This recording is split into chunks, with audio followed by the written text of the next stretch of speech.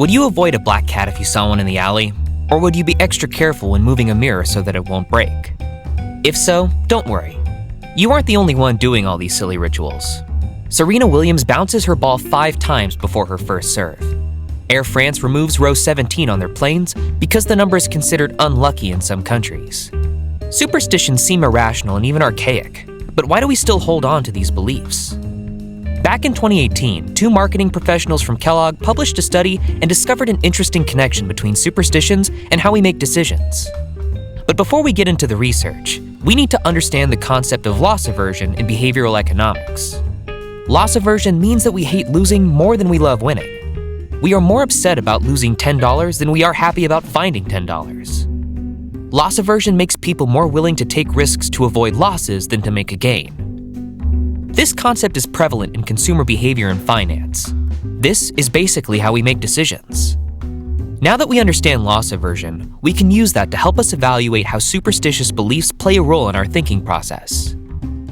During the study, participants were asked to write about a stressful time where they waited to hear about something, either a college admission decision or a medical exam result that they could view favorably or unfavorably. This way, the participants were primed to think about gains or losses.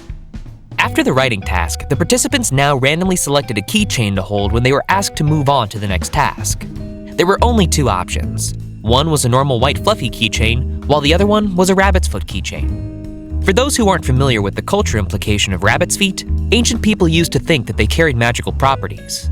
They believed that the feet provided connections between humans and the spiritual world.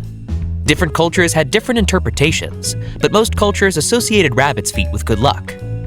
While holding one of the keychains, the participants were asked to gamble on a hypothetical vacation. One was a basic room at a 3-star hotel in an average neighborhood, and the other one was a 5-star hotel, but the neighborhood was concealed, meaning it could be great or terrible. The 3-star hotel would be considered as the low-risk, low-reward option, while the 5-star hotel would be the high-risk, high-reward option. The results were quite interesting. Let's take a look at the group who was holding the white fluffy keychain. When they were thinking about gains, only 19% chose to go for the risky option. For those who were primed to think about losses, 41% of them took the gamble on the 5-star hotel. As expected, the results were in line with loss aversion behavior. When your headspace is in the winning state, you stay safe by avoiding any losses. You don't want to take any chances.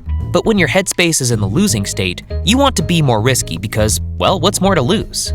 Now, let's take a look at the group with the rabbit's foot keychains. Within the gain-primed group, 44% of them took the gamble. For those who were loss-primed, only 14% did. The results were reversed. The data suggests one conclusion: superstition upends loss aversion. When you're performing a superstitious ritual before making a decision or a gamble, your mind becomes less rational and you begin to think that the ending result is predetermined. You focus on the ultimate outcome rather than the possibility of gains or losses. That's why the group with the rabbit feet became more risky when their minds were gain primed. There's no need to think through their options. They believed that God was on their side. The universe was on their side. Next time, when you have to make a decision, feel free to bring a rabbit foot with you. But make sure that your brain is still doing the thinking. The foot, well, can only help so much. Thanks for watching. Make sure to subscribe and give us a thumbs up. We'll see you in the next video.